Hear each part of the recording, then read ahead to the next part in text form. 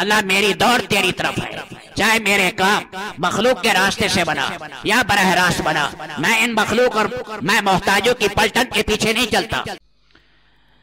بسم اللہ الرحمن الرحیم، نحمده ونصلي ونسلم على رسوله الكريم،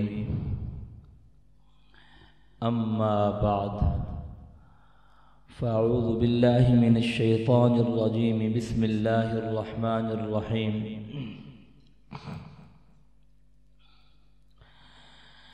الحمدللہ، آج ہمارے 10 سپارے مکمل ہو گئے۔ گویا کہ ہم نے قرآن مجید کا تیسرا حصہ 30 سپاروں میں سے 10 سپارے سن لیا ہے۔ آج ہم نے 9ویں سپارے کا ایک پاؤ اور آگے 10ویں سپارہ مکمل ہم نے سنا ہے۔ اس کے اندر سورۃ انفال ہے اور سورۃ توبہ ہے۔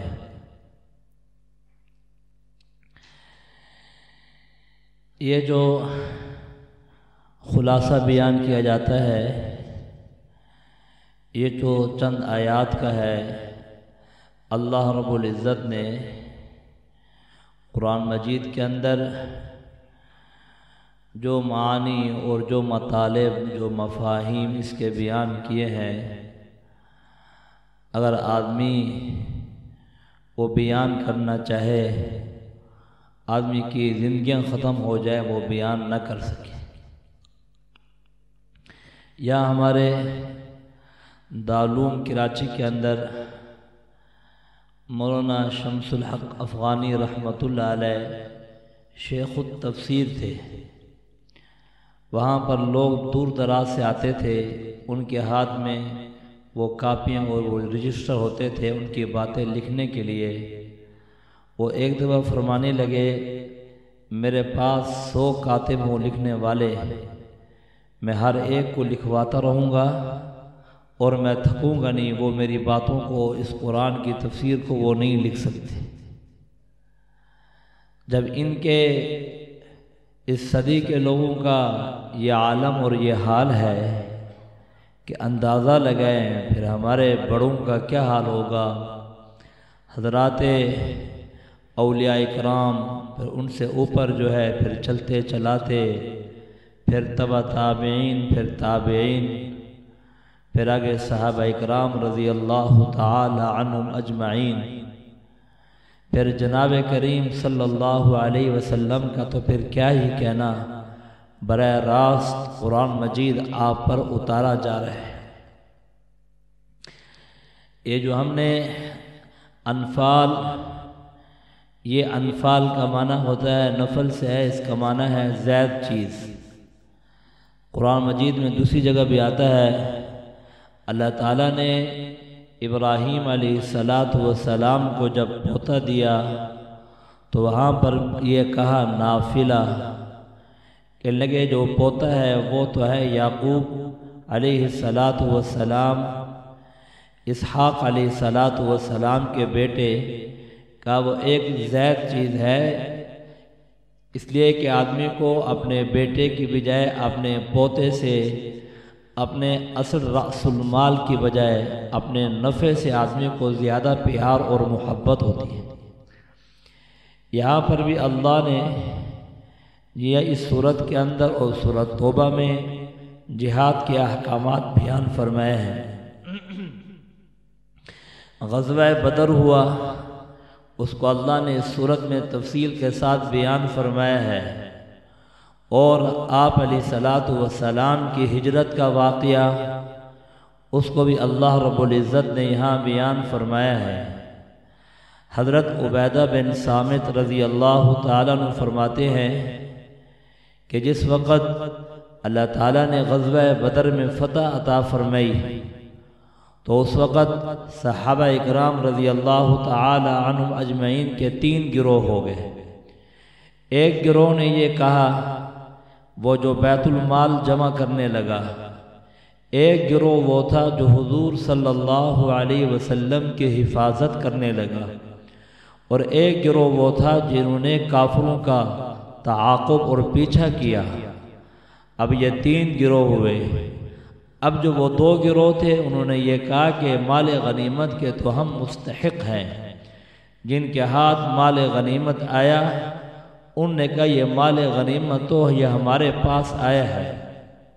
اللہ تعالیٰ نے فرمایا کہ یہ مال غنیمت اللہ اور اس کے رسول کے لیے ہے۔ آپ علیہ السلام نے فرمایا موسیٰ علیہ السلام کے زمانے میں جب جہاد ہو رہا تھا یوشع بن نون نے جہاد کیا، اور یوشع بن نون جب جبارین کے ساتھ لڑ رہے تھے تو انہیں کہا کہ وہ مال غنیمت کہاں ہے، وہ ہمیں نظر نہیں آ رہا۔ انہوں نے کہا یہ سامنے پڑا ہوا ہے، یہ سونے اور چاندی کے ڈھیر پڑے ہیں۔ انہوں نے کہا پھر اوپر سے آگ کیوں نہیں آتی جو آ کر اس کو جلا دے۔ اس زمانے میں وہ جو مال غنیمت ہوا کرتا تھا اور جہاد کے قبول ہونے کی نشانی یہ ہوتی تھی کہ مال غنیمت کسی کے لیے کوئی حلال نہیں ہے۔ وَأُحِلَّتْ لِلْغَنَائِمِ، اللہ نے یہ مال غنیمت اس امت کے لیے حلال کیا ہے۔ یہ مال غنیمت یہ اور اموال میں سے یہ بڑا پاکیزہ مال ہے، یہ کوئی معمولی نہیں ہے، یہ غیر معمولی ہے۔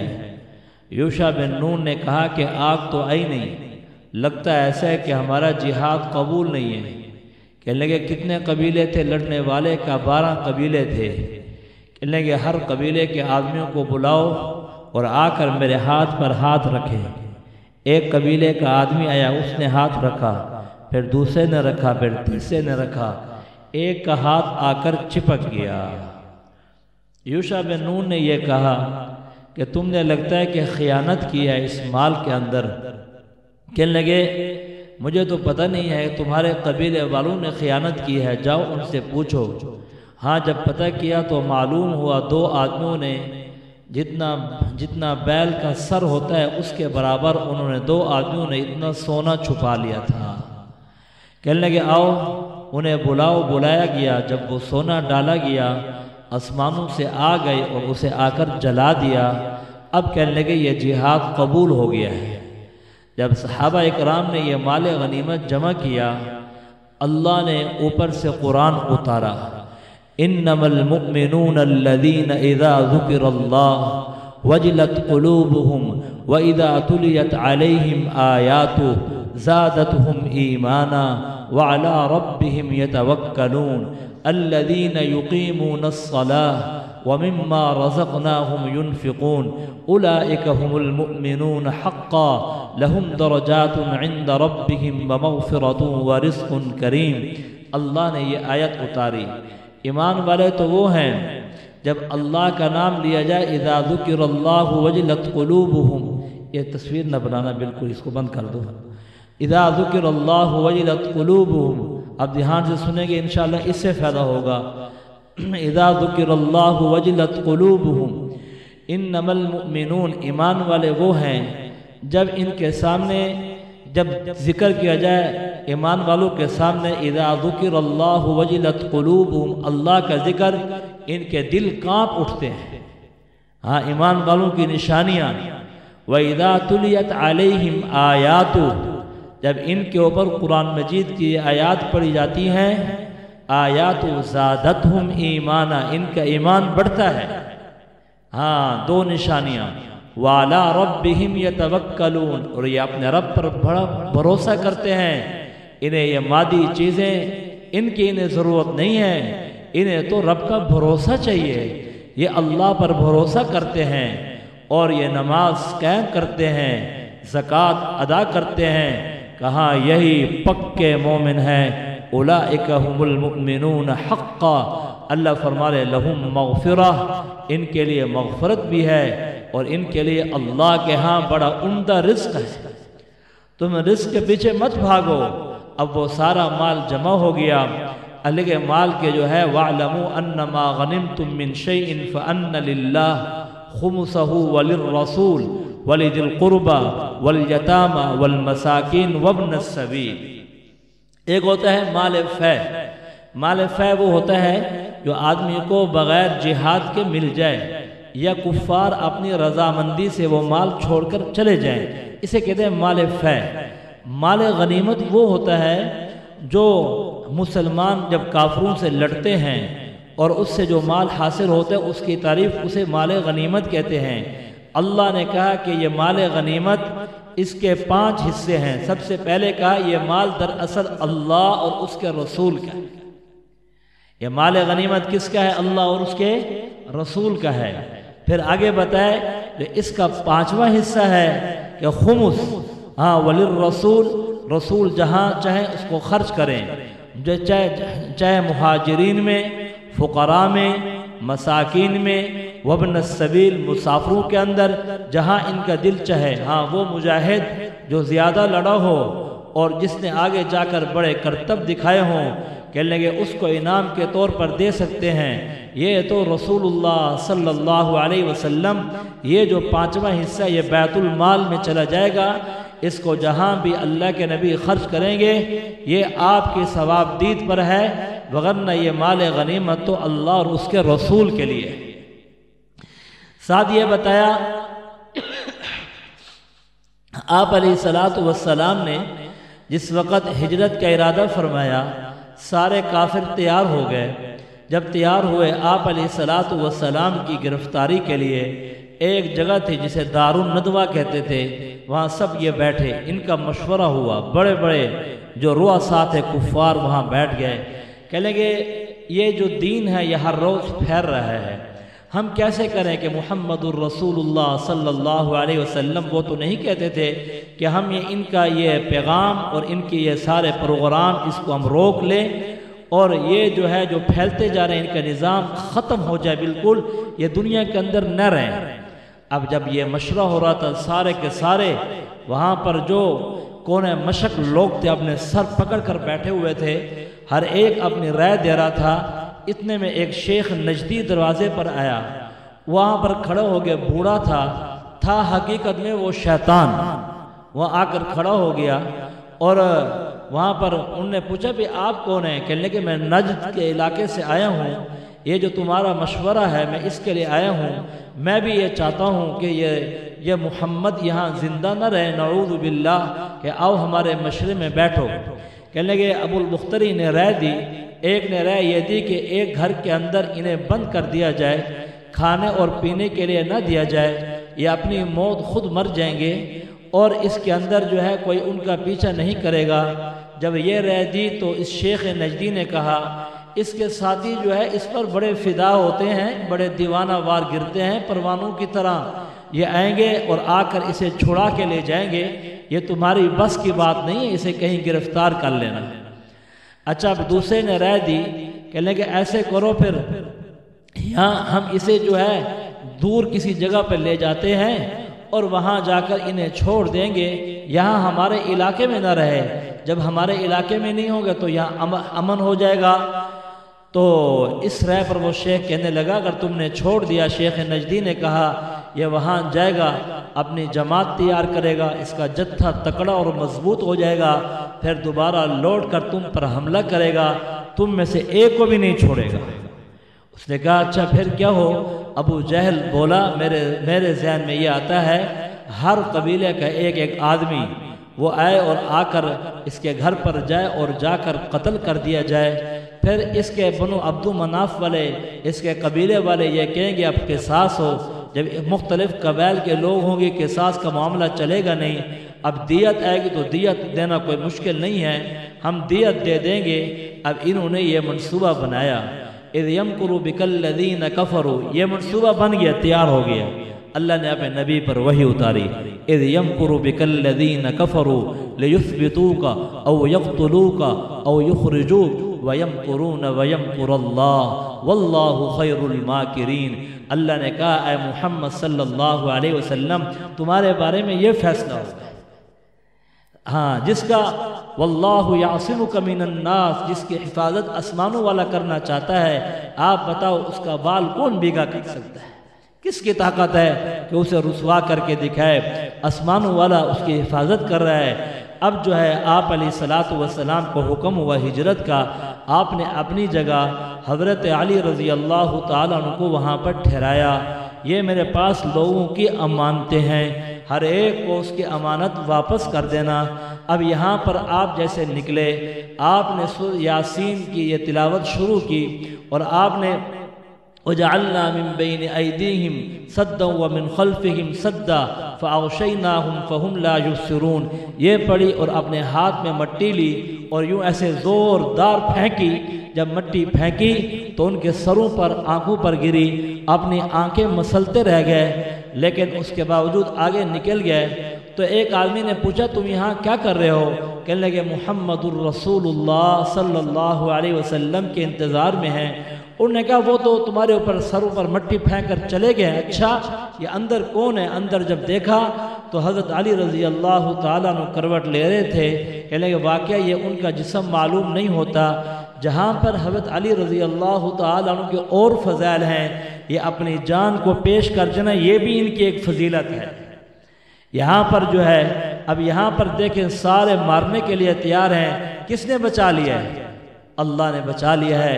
کہنے لگے کہ کہتے ہیں ہاں لاکھوں محافظ کھڑے ہوتے ہیں، اس کے باوجود جو ہے نا اللہ بچا لیں۔ کہنے لگے محافظ نہ ہوں، اللہ بچا لیتے ہیں، محافظ بعض دفعہ ہوتے ہیں۔ بربری جنگ میں حضرت خالد بن ولید گئے، وہاں پر جا کر اندر گھس گئے، 1.25 لاکھ فوج تھی، بادشاہ کا سر کاٹ کے لے کر آئے۔ کہنے لگے میں بادشاہ کا سر کاٹ کر لے کر آیا ہوں، اور ایک غزوے کے اندر 9 تلواریں ٹوٹ گئیں۔ کہنے لگے اموت کموت الحمار، میں تو آج ایسے مر رہا ہوں جیسے کہ گدھا اپنے پٹے پر، اپنے قلعے پہ مرتا ہے۔ کہنے لگے لوگوں سنو، موت جو ہے اس کا فیصلہ اللہ کے ہاتھ میں ہے، جب وہ آتی ہے دیکھتی نہیں ہے۔ حضور علیہ الصلوۃ والسلام کے سامنے سینکڑوں تلواریں کھڑی ہیں میدان کے اندر، آپ کے گھر کے باہر آپ امن سے جا رہے ہیں۔ پھر آپ کا یہ سفر ہجرت جو آپ نے سنا، پھر آپ سراقہ بن مالک آیا، اس کا گھوڑا وہاں پہنچا۔ آپ نے فرمایا سراقہ وہ دن تجھے یاد نہیں ہے جس دن وہ تو کنگن پہنے گا؟ ہاں کیسر اور کسرا کے۔ کہنے لگا وہ کیسے؟ 3 دفعہ گھوڑا زمین میں دھنس گیا، پھر نکلا، پھر آگے آئے۔ حضرت ابوبکر رضی اللہ تعالیٰ نے اپنے اوپر اٹھایا، پھر غار میں لے گئے۔ وہ کھوج لگانے والوں نے کہا لگتا ہے کہ یہاں تر 2 تھے، یہاں ایک کیسے ہو گئے؟ کہ لگے اذ ہما فی الغار اذ یقول لصاحبہ لا تحزن ان اللہ معنا۔ اب یہ سارا واقعہ آگے سورہ توبہ میں آئے گا، وہاں ذکر کریں گے، اتنا واقعہ یہاں پر آیا ہے۔ اب اس کے ساتھ یہ غزوہ بدر، آپ چونکہ مدینہ المنورہ میں پہنچ گئے، اب انہوں نے کہا کہ اب تو ہمارے ہاتھ میں آئے نہیں، تو لہٰذا ہم ان کے وہاں پر مدینہ میں جو رہ رہے ہیں ان کی طاقت کو، ہر چیز کو ہم ختم کر دیں گے۔ ابو سفیان نے شام کا سفر کیا، ابھی رضی اللہ تعالیٰ نہیں ہوا تھا، مکہ والوں کے پیسے جمع کیے، انہوں نے انہیں 50,000 دینار دیے، 50,000 دینار، ہر ایک نے اپنا اس تجارت میں حصہ لیا۔ ابو سفیان جب یہ پیسے لے کر جا رہا تھا، اب اس میں حصہ ڈالا۔ آج کے اس زمانے میں اگر ہم اب بنائیں، یہ تقریباً 50 یا 55 کروڑ بنے گا۔ یہ مالیت لے کر وہاں پہنچا، شام کے اندر اس نے سامان خریدا، اسلحہ خریدا، اور چیزیں خریدی۔ اس کا منصوبہ اچھا نہیں تھا، یہ اس کے منصوبے میں یہ بات شامل تھی کس طریقے سے ہم جا کر یہ پھر ساز و سامان مسلمانوں پر استعمال کریں گے اور انہیں ختم کریں گے۔ اللہ کے نبی کو بتایا گیا، اللہ کے نبی نے کہا اس کا محاسبہ کیا جائے۔ اب محاسبہ یہ کہ تاکہ اس کی قوت کمزور ہو جائے، مکہ والوں کی قوت کمزور ہو۔ جب اس کا محاسبہ کیا گیا، اسے پتہ چل گیا، خبر اسے پہنچ گئی۔ جب خبر پہنچی تو اس نے مکہ والوں سے یہ کہا، ایک آدمی کو بھیجا، وہ آدمی وہاں پر بھاگتا ہوا گیا۔ جیسے وہاں پر پہنچا، اس نے جا کر اپنے کپڑوں کو پھاڑ دیا، اپنے گربان کو پھاڑا، اپنی اونٹنی کے نتنے کو پھاڑ دیا، جو نکیر والی جگہ ہوتے اسے کھینچا اور پھاڑ کر اونٹنی اپنا خون نیچے گرانے لگی۔ لوگ کٹھے ہو گئے، کہنے لگا لگتا ہے کہ یہاں گھنٹے کی یہ خطرے کی گھنٹی بج چکی ہے۔ کہنے لگا تمہیں پتہ نہیں ہے کہ اب جو ہے وہاں پر وہ جو ہمارا قافلہ گیا ہوا ہے اس پر حملہ ہو گیا ہے۔ انہوں نے سمجھا کہ حملہ ہو گیا ہے، اب یہاں سے انہوں نے تیاری کی۔ ابو جہل نے اپنے ساتھ یہاں پر جتنے بھی لوگ تھے جمع کیا، 1000 آدمیوں کا یہاں قافلہ تیار کیا، اور اس کے اندر جو ہے ان کے پاس 700 اونٹ تھے، اور اسی طریقے سے 200 گھوڑے، اور اسی طریقے سے 600 زیرہ تھی، ان کے بعد اور بجلے بنانے، یہ جو گانے بجانے والی اور مختلف قسم کی چیزیں خرافات کی یہ بھی ساتھ تھی۔ اب یہ بڑا قافلہ یہاں سے چلا، اور جہاں پر اللہ کے نبی کو پتہ چلا، خبر دی گئی کہ یہ تو آ رہے ہیں، آپ علیہ الصلوۃ والسلام نے کہا کوئی گھبرانے کی بات نہیں، آپ کا تو ارادہ تھا ہی نہیں، لیکن جب آپ کو پتہ چلا تو آپ نے بھی ارادہ کیا، جب آپ آئے تو یہ مقام بدر کے مقام پر یہ اکٹھے ہو گئے۔ بظاہر تو ایسا ہے کہ ان کے آپس میں جنگ بنتی نہیں ہے، وہاں دیکھیں تعداد 1000 ہے۔ آپ علیہ الصلوۃ والسلام نے حضرت قیس سے کہا کہ ساتھیوں کو گنتی کرو کتنے ہیں، انہوں نے گنتی کی ہے، انہوں نے کہا یا رسول اللہ صلی اللہ علیہ وسلم ساتھی 313 ہیں۔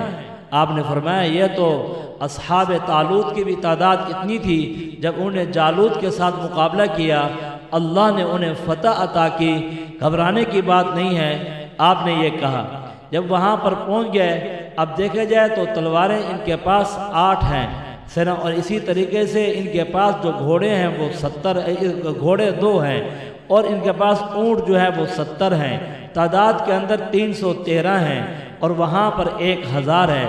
اللہ نے کہا وَأَعِدُّوا لَهُم مَّا اسْتَطَعْتُم مِّن قُوَّةٍ وَمِن رِّبَاطِ الْخَيْلِ تُرْهِبُونَ بِهِ عَدُوَّ اللَّهِ وَعَدُوَّكُمْ وَآخَرِينَ مِن دُونِهِمْ۔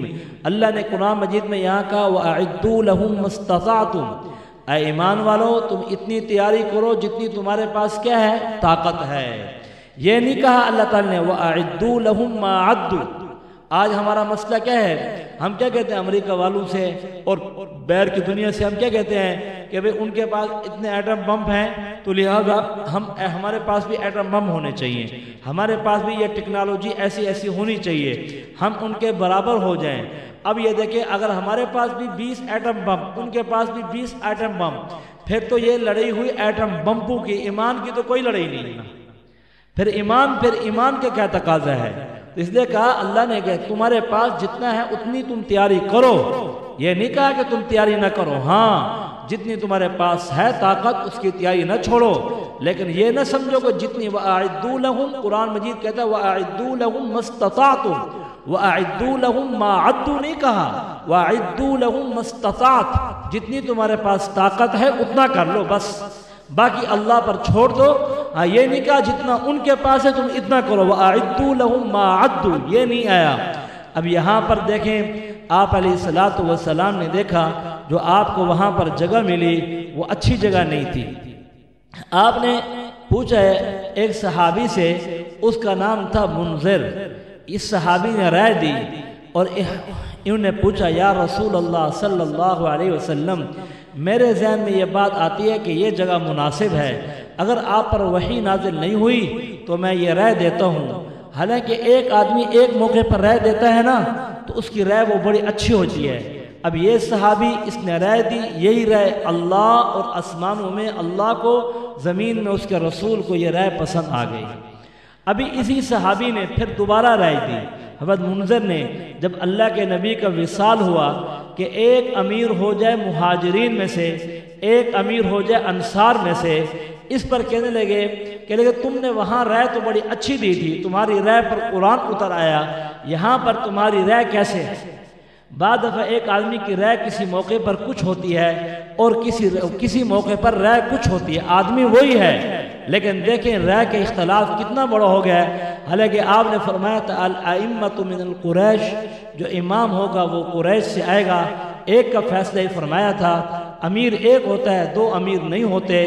آپ نے فرمایا تھا اب انہوں نے رائے دی جو حصہ جس کے اندر ساری جو ہے وہ مٹی تھی وہاں وہ حصہ مسلمانوں کے حصے میں آ گیا، جو پتھریلا حصہ تھا وہ کافروں کے پاس آ گیا۔ اب صف بندی ہونے لگی، رات کا وقت تھا، صحابہ اکرام جو ہے اللہ فرما رہے ہیں کہ یہ جنگ، لیکن اذ یغشیہم الناس، کہنے کہ اذ یغشیکم الناس منہ امنۃ وینزل علیکم من السماء، اس رات کے اندر بھی صحابہ کو نیند آ گئی۔ یہ اللہ کا فضل نہیں ہے تو اور کیا ہے؟ اللہ نے اپنے امن کو اتارا، مہربانی کو اتارا۔ آپ علیہ الصلوۃ والسلام دعا فرما رہے ہیں، اے اللہ یہ ایک جماعت ہے، اگر آپ نے شکست دے دی تو تیری زمین پر تیرا نام لینے والا پھر کوئی باقی نہیں رہے گا۔ آپ زار و قطار رو رہے ہیں، حضرت ابوبکر رضی اللہ تعالیٰ آپ کو تسلی دے رہے ہیں۔ اب وہ صفیں بن گئی ہیں، اب وہ ایسا میدان کہنے گے۔ پھر اس میں کیا ہوا؟ صبح کے وقت رات کو بارش ہوئی زوردار، ان کا جو جگہ تھی وہاں کیچڑ پڑ گیا اور ان کی جگہ وہ مٹی ساری بیٹھ گئی، یہ جگہ ان کے حق کے اندر ہو گئی۔ اور اس کے بعد جب صبح جنگ ہوئی، جب اللہ نے وہ فرشتے اتارے، اب شیطان جو نجدی تھا کہنے کہ یہ ہر موقع پر آتا تھا، اب اس موقع پر بھی آیا، اس نے سب سے یہ کہا یہاں دیکھنا آج ہم کیا کرتے ہیں، آج ہم انہیں نہیں چھوڑیں گے، آج ہم ان کی کھوپڑیوں میں شراب پیئیں گے، آج جو ہے ہم یہاں طبلے بجائیں گے، آج جو ہے ہمارے مزے کا دن ہوگا، آج دیکھنا ہماری فتح کیسی فتح ہوگی۔ اب یہ ہے یہ سارے یہ رقص کے اندر ہیں اور یہ گانوں کے اندر ہیں، ان چیزوں میں مست ہے اپنے گناہوں کے اندر۔ جب مقابلہ ہوا، کیا مقابلہ ہوا؟ اللہ نے کافروں کو دکھایا مسلمان تھوڑے، مسلمانوں کو کافر تھوڑے دکھائے تاکہ یہ مرغیاں پھنس جائیں۔ اگر زیادہ کر کے دکھاتے ایک دوسرے کو کہیں آگے پیچھے چلے نہ جائیں، بھاگ نہ جائیں۔ پھر جب شیطان وہاں پر آیا، وہ بھاگنے لگا، اس کے ساتھی کافر نے پکڑا کہ تو بڑی تقریر کرتا تھا، اب کہاں بھاگ رہا ہے؟ اس نے کہا اللہ کے بندے، جو میں دیکھ رہا ہوں جس مخلوق کو وہ تم نہیں دیکھ رہے، یہ تو براہ راست فرشتے آ رہے ہیں یہاں پر اور اللہ کی مدد آ رہی ہے۔ کیونکہ مقابلہ اگر اللہ فرشتوں کا کرتے تو پھر ایک فرشتہ کافی تھا سب کے لیے، وہاں مقابلہ تو ہونا تھا۔ ایک کو آپ نے وہ ٹہنی کی چھڑی دی اور اس کے ہاتھ میں وہ بھی جا کر تلوار بن گئی، مقابلہ ہوتا رہا۔ اس کے بعد کیا ہوا؟ 70 کافر صنادیر یہ مارے گئے، 70 گرفتار ہوئے اور 70 جو ہے وہ بدر کے کنویں میں 24 کو وہاں پکڑ پکڑ کر گرایا گیا۔ کہنے لگے کہ یہ بڑے کفر کے صنادیر تھے، یہ ساتون تھے، اپنے آپ کو بڑی طاقتور سمجھا کرتے تھے۔ جو عورتیں ان کے ساتھ آئی تھی وہ نوحہ کرنے لگی، پھر واپس گئی، 1 سال تک اپنے گھروں سے باہر نہ نکلی، ہمیشہ اپنے اوپر روتی رہ گئی۔ یہ ہمارے ساتھ کیا ہوا؟ ان کے لوگ جو واپس گئے اب وہ بھی اپنے اوپر بہت زیادہ ان کو بھی شرم آئی، ہم یہ دعوے کیا کرتے تھے۔ اب یہاں پر آگے مسئلہ چلا کہ یہ جو 70 قیدی ہیں ان کے بارے میں کیا کریں؟ حضرت عمر بن خطاب رضی اللہ تعالیٰ کی رائے یہ تھی، حضرت سعد بن معاذ اور حضرت عمر بن خطاب، معاذ بن سعد، ان دو کی رائے یہ تھی جو کافر گرفتار ہوئے ہیں 70، ہر ایک کو اس کا رشتہ دار دیا جائے۔ حضرت عمر بن خطاب رضی اللہ تعالیٰ نے کہا میرا ماموں مجھے دیا جائے، ہر ایک اس کی گردن اتارے۔ اور یہی اللہ نے یہ بات لوح محفوظ میں لکھی، اللہ بھی یہی چاہتے تھے، اللہ کا فیصلہ بھی یہی تھا۔ لیکن حضرت ابوبکر رضی اللہ عنہ کا فیصلہ یہ تھا کہ ایک تو ان سے فدیہ لے لیا جائے، فدیہ لینے کے بعد انہیں جو ہے چھوڑ دیا جائے، یہ پھر مسلمان ہوں گے، ان کی نسلوں کے اندر اسلام چلے گا۔ تو یہ میری رائے یہ ہے، ابوبکر رضی اللہ عنہ نے یہ کہا کہ لیں عذاب تمہارے سروں پر آ چکا تھا، اتر چکا تھا درختوں کے قریب، لیکن اللہ نے اس مشورے کی برکت سے وہ عذاب کو اٹھا دیا۔ اس کے بعد آپ علیہ السلام نے پوچھا، حضرت عباس جو تھے وہ بھی آئے ہوئے تھے، ابھی حضرت نہیں ہوئے تھے، آپ نے وہ بھی گرفتار ہو گئے۔ آپ نے کہا وہ سونا ساتھ لائے تھے کہ ضرورت پڑے گی تو یہاں پر ان کی مدد کروں گا۔ تو حضرت عباس نے وہ سونا پیش کیا کہ یہ فدیہ ہے۔ پھر کہنے کہ تم عقیل ابن طالب کا بھی فدیہ دو، تم حارث ابن نوفل کا بھی فدیہ دو، یہ دونوں تمہارے بھتیجے ہیں۔ انہوں نے کہا اے اللہ کے نبی، اگر میں ان کا فدیہ دیتا ہوں تم کیا سمجھتے ہو پھر میں مکہ میں واپس جاؤں گا لوگوں سے بھیک مانگوں؟ میرے پاس تو اور کچھ نہیں ہے اور فقر و فاقہ اس کے علاوہ کچھ نہیں ہے۔ آپ نے کہا اے عباس، جب تو گھر سے چلا تھا تو نے وہ جو مال اپنی بیوی کو دیا تھا وہ مال کیا مال تھا؟ وہ جب آپ نے یہ بات کی کہنے لگے پھر مجھے آپ کلمہ پڑھا دو۔ یہاں پر حضرت عباس اسلام کے اندر داخل ہو گئے، مسلمان ہو گئے۔ حضرت عباس رضی اللہ تعالیٰ عنہ اور اسی طرح یہ فدیہ لیا گیا۔ اور ان کو چھوڑ دیا گیا۔ آگے چل کر یہ بہت سارے اسلام کے اندر جو ہے وہ داخل ہو گئے۔ پھر آگے چلے، یہاں سے جانے کے بعد آگے جو ہے غزوہ حنین کا واقعہ آیا۔ پھر وہاں سے آگے جب حنین کا واقعہ آیا، وہاں پر کافروں کی جو تعداد تھی وہ تھی 28,000۔ یہ قبیلہ حوازن تھا، یہ جو ہے یہاں پر یہ سارا فتح مکہ ہوا۔ اس کے بعد یہاں پر تھے، یہاں پر جب موجود تھے تو یہ غزوہ جب ہوا تو وہاں پر حوازن والوں نے یہ کہا اب جو ہے ہمیں لڑنا پڑے گا۔ یہ سارا طائف کا علاقہ، اس کے درمیان کا علاقہ، مکہ تک کا علاقہ، ان کا قبیلہ بہت بڑا تھا۔ انہوں نے کہا ٹھیک ہے، انہوں نے اپنے سارے ہتھیار جمع کر لیے، ان کی مرد اور عورت آ گئے، ان کی تعداد 24,000 یا 27,000 ہو گئی۔ انہوں نے کہا اب ہم مسلمانوں سے لڑیں گے۔ اب جب اس غزوے میں آئے تو اس غزوے میں صحابہ کرام ساتھ چلے۔ صحابہ کرام کی تعداد تھی یہاں پر 14,000 اور یہاں پر 15,000 تعداد ہے، ہزاروں میں ہیں۔ لیکن جب یہاں پر آئے تو صحابہ کرام کے پاؤں اکھڑ گئے۔ جب پاؤں اکھڑے، آپ علیہ السلام نے کہا آواز لگاؤ۔ حضرت عباس نے آواز لگائی، کہنے تمہارے اندر عجب آ گیا، تم نے دیکھا اپنی کثرت کو اور تم نے یہ دیکھا آج ہمیں شکست نہیں ہو سکتی، ایسی بات نہیں ہے۔ نقشہ سارا بدل گیا۔ پھر آپ نے وہ آپ کے ساتھ 70 کے قریب صحابہ کرام، 100 کے قریب تھے، پھر وہ ایسے طریقے سے لڑے اور جم کر لڑے تو وہاں پر اللہ نے نقشہ بدل دیا۔ ان کے 6,000 جنگجو گرفتار ہو گئے، وہاں پر بھی 70 مارے گئے۔ کہنے لگے پھر اس کے بعد ان سے مال غنیمت جو آیا، 40,000 بکریاں آئیں، 24,000 اونٹ آیا، 4 کلو کے قریب 4,000 اوقیہ سونا آیا۔ آپ نے یہ تقسیم کیا، سب کے اندر یہ سارا مال غنیمت۔ جب آپ تقسیم کرنے لگے یہ مال غنیمت سب کو دے رہے تھے، ان کے لوگ اسلام میں داخل ہوئے، حوازن والے آگے کہنے لگے ہم آگے ہیں۔ آپ نے فرمایا ہم تمہارے قیدیوں کو چھوڑ دیتے ہیں، لیکن مال تو ہم تقسیم کر چکے ہیں۔ آپ علیہ السلام یہاں سے چلے، کہنے لگے اب آگے چلیں گے۔ صحابہ اکرام نے کہا کہ وہاں پر ہیں لوگ، تبوک میں آپ چلے گئے، وہاں پر کئی گروہ بن گئے، آگے کیسے چلیں گے؟ یہاں پر مشرکین یہ کہنے لگے ان کے باغات پکے ہوئے ہیں، قرضے ان کے سروں پر ہیں، اب یہ کیا کریں گے؟ اب وہ ہنس رہے تھے۔ اللہ نے فرمایا فَلْيَضْحَكُوا قَلِيلًا وَلْيَبْكُوا كَثِيرًا، آج یہ ہنس رہے ہیں، کل کو یہ بہت روئیں گے۔ ان کا ہنسنا ان کے کام نہیں آئے گا، یہ ہنستے ہیں تو ہنسنے دو۔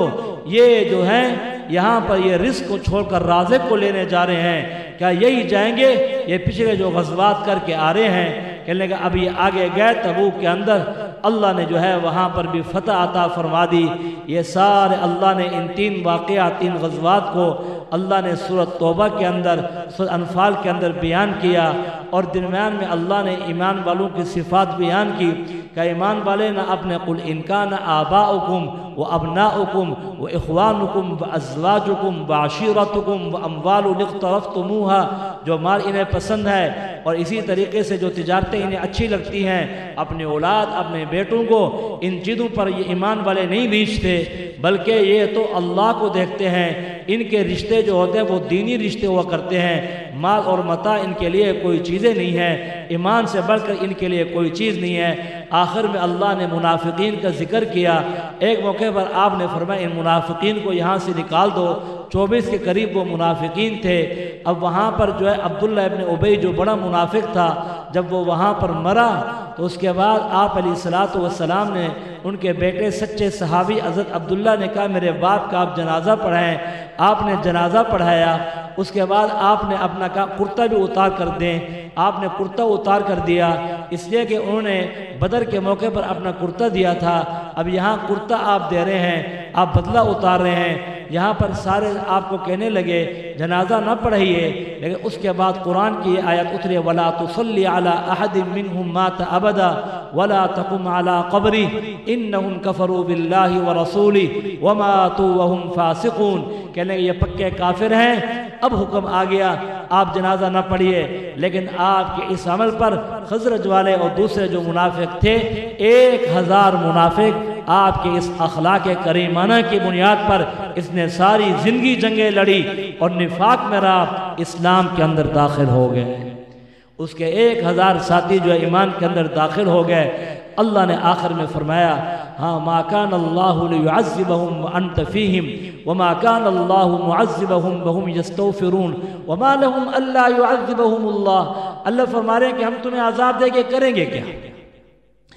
آپ علیہ السلام جب موجود ہیں، آپ کے زمانے میں زلزلہ نہیں آیا، نبی موجود ہے تو یہ اللہ تعالیٰ ساری عذاب کو روکے ہوئے ہے اور ساری برکتیں ہی برکتیں ہیں اور انوارات کی بارش ہو رہی ہے۔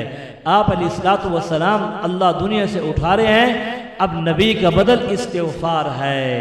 کہنے لگے نبی موجود نہیں ہے، تم استغفار کرتے رہنا، اللہ سے توبہ کرتے رہنا، معافی مانگتے رہنا، اللہ رب العزت جو ہے تمہیں جو ہے آگے چلاتے رہیں گے۔ یہ استغفار کرنا یہ نبی کا بدل ہے۔ حسن بصری رحمت اللہ علیہ کے پاس ایک آدمی آیا، اس نے کہا حضرت میری جو ہے شاگرد ساتھ بیٹھے ہوئے تھے، میری اولاد ہوتی ہے فوت ہو جاتی ہے۔ وہ چلا گیا، حضرت نے کہا کہ اسے کہا کہ استغفار کرو۔ پھر دوسرا آیا، اس نے کہا حضرت ہمارے گھر میں فقر و فاقہ بہت ہے، حضرت نے کہا استغفار کرو۔ پھر تیسرا آیا، اس نے کہا ہمارے ہاں جو ہے ہمارے ہاں یہ رزق کا بڑا مسئلہ ہے، اس کے بعد امن نہیں ہے، حضرت نے کہا استغفار کرو۔ ایک اور آیا اپنی پریشانی ظاہر کرنے لگا، حضرت نے کہا استغفار کرو۔ شاگردوں نے کہا استاد جی ہر ایک کو ایک ہی جواب دے رہے ہو آپ۔ انہوں نے کہا آپ نے پڑھا نہیں ہے، اللہ نے قرآن مجید میں نہیں کہا فَقُلْتُ اسْتَغْفِرُوا رَبَّكُمْ إِنَّهُ كَانَ غَفَّارًا، تم استغفار کرو گے يُرْسِلِ السَّمَاءَ عَلَيْكُمْ مِدْرَارًا، ہاں تمہیں ہم بارشیں دیں گے، وَيُمْدِدْكُمْ بِأَمْوَالٍ وَبَنِينَ، ہم مال دیں گے، وَبَنِينَ وَيَجْعَلْ لَكُمْ، ہم اولاد دیں گے، ہاں وَيَجْعَلْ لَكُمْ جَنَّاتٍ وَيَجْعَلْ لَكُمْ أَنْهَارًا، تمہیں باغات دیں گے، تمہیں نہریں دیں گے۔ یہ سارا کچھ اللہ استغفار پر دے رہے ہیں۔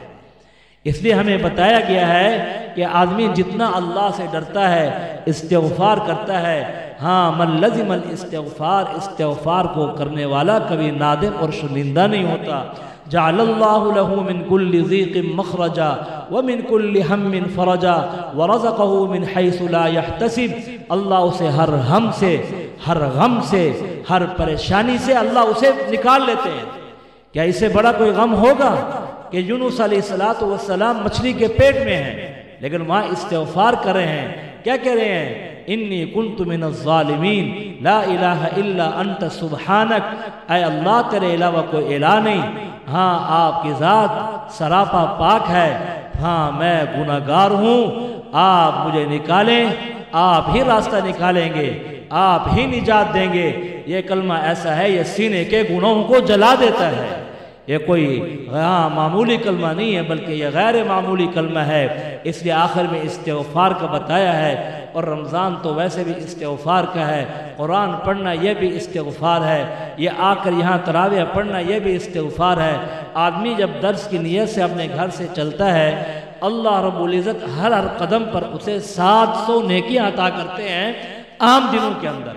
اور جو آدمی کیا کرے گا رمضان میں آئے گا تو پھر آپ اس کو 70 سے ضرب دو۔ اب مثال کے طور پر ایک آدمی نے یہ کلمہ پڑھا، آپ میرے ساتھ پڑھو، لا الہ الا اللہ وحدہ لا شریک لہ احدا صمدا لم یلد ولم یولد ولم یکن لہ کفوا احد۔ یہ کلمہ اگر آدمی غیر رمضان میں پڑھے 10 دفعہ، آدمی غیر رمضان میں پڑھے 10 دفعہ، اللہ رب العزت اس آدمی کو 1 کروڑ نیکیاں عطا کرتے ہیں غیر رمضان میں۔ اگر رمضان میں اس کو 10 دفعہ پڑھے گا تو پھر 1 کروڑ کو 70 سے ضرب دے دو، 1 کروڑ کو 70 سے ضرب دے دو، یہ کہاں سے کہاں چلا گیا۔ 200 دفعہ پڑھ رہا ہے یہ کلمہ، کہنے کہ ہے سورۃ اخلاص، ہاں شروع میں کلمہ ہے لا الہ الا اللہ وحدہ لا شریک لہ، 2 لفظ اضافی ہیں، ایک احدن دوسرا صمدن، آگے وہی سورۃ اخلاص ہے لم یلد ولم یولد ولم یکن لہ کفوا احد۔ اللہ کی بڑی پیاری تعریف کی گئی ہے، اس کی حمد اور تقدیس کو بیان کیا گیا ہے۔ اللہ جو ہے ہماری کمیوں کو معاف فرمائے۔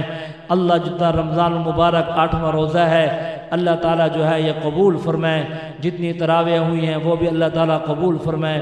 اللہم انت السلام ومنک السلام وحینا بالسلام تبارکت یا ذا الجلال والاکرام یا حنان یا منان برحمتک نستغیث اصلح لنا شأننا کلہ ولا تکلنا الى انفسنا طرفت عین ان تکلنا الى ضعف وعورہ وذنب وخطیہ۔ اے میرے پیارے اللہ، ہماری کمیاں کوتاہیاں معاف فرما، اے اللہ ہماری سستیاں معاف فرما۔ اے پیارے رب، ہم تو رمضان کو بھی ضائع کر بیٹھے، اے اللہ رمضان کے 8 دن گزر گئے، پتہ بھی نہ چلا۔ ایک دن ایسا آئے گا سارا رمضان گزر جائے گا، روزانہ 2.5 لاکھ انسان دنیا سے جاتے ہیں، ایک دن ہمارا بھی اعلان ہو جائے گا۔ اے کریم اللہ، ہمیں ایک ایک منٹ قیمتی بنانے کی توفیق نصیب فرما، ایک ایک لمحہ کام میں لانے کی توفیق نصیب فرما۔ اے اللہ ہمیں وقت کی قدر کرنے کی توفیق عطا فرما، ناراضگیاں ختم فرما، ہمارے سارے مسائل حل فرما، جو سحری اور افطاری میں دعائیں کی جا رہی ہیں قبول فرما لے۔ اے اللہ جو تراویح پڑھی گئی ہیں اے اللہ قبول فرما، ایک ایک سجدے پر اے اللہ 1500 نیکیاں ملی، 60,000 نیکیاں ملی۔ اے اللہ جم کر پڑھنے والا بنا، جو سابقہ عادتیں گناہوں کی پڑی ہوئی ہیں اللہ ان سے ہمارا پیچھا چھڑا دے، ہمیں اپنا مقرب بندو میں سے بنا لے، ہمیں نیک بنا لے۔ تیرے خزانوں میں کوئی کمی آ جائے گی؟ تیرے خزانوں میں کوئی کمی نہیں آتی، ہمارا کام بن جائے گا بس، ہمارا کام بن جائے گا بس۔ اے اللہ جو اولادوں کی پریشانی ہے وہ دور فرما، ہر ایک کی اولاد کو نیک بنا، ہر ایک کے دین کے اے اللہ دین کو ہر ایک کے گھر میں زندہ فرما، یہ دین کی شمع اے اللہ ہر ایک کے گھر میں جلتی رہے۔ اے اللہ ہمیں محمد الرسول اللہ صلی اللہ علیہ وسلم کا سچا ریزرو سپاہی بنا، ہمیں قرآن کا خادم بنا، قرآن کی خدمت کرنے والوں کا خادم بنا۔ اے اللہ ہمیں مساجد اور مکاتب اور خانقاہیں اے اللہ ان سے ہمیں محبت نصیب فرما۔ اے اللہ جو اے اللہ شر کی چیزیں ہیں اسے ہماری حفاظت فرما، ہر شریر کے شر سے، ہر حاسد کے حسد سے، ہر فتین کے فتنے سے اے اللہ اپنی آغوش رحمت میں لے لے۔ اے اللہ خیر کی چابی بنا، شر کا تالا بنا، ہمیں پتہ نہیں ہے کل ہمارے ساتھ کیا ہونے والا ہے، خیر کا معاملہ فرمانا، خیر کا معاملہ فرمانا، خیر کا معاملہ فرمانا۔ وَأُفَوِّضُ أَمْرِي إِلَى اللَّهِ إِنَّ اللَّهَ بَصِيرٌ بِالْعِبَادِ اللهم إنا نسألك العفو والعافية والمعافاة في الدنيا والآخرة جزا الله عنا محمدا ما هو أهله وصلى الله تعالى على خير خلقه محمد وعلى آله وأصحابه وأهل بيته وأزواجه وذرياته أجمعين آمين آمين آمين برحمتك يا أرحم۔ اللہ میری دوڑ تیری طرف ہے، چاہے میرے کام مخلوق کے راستے سے بنا یا براہ راست بنا، میں ان مخلوق اور میں محتاجوں کی پلٹن کے پیچھے نہیں چلتا۔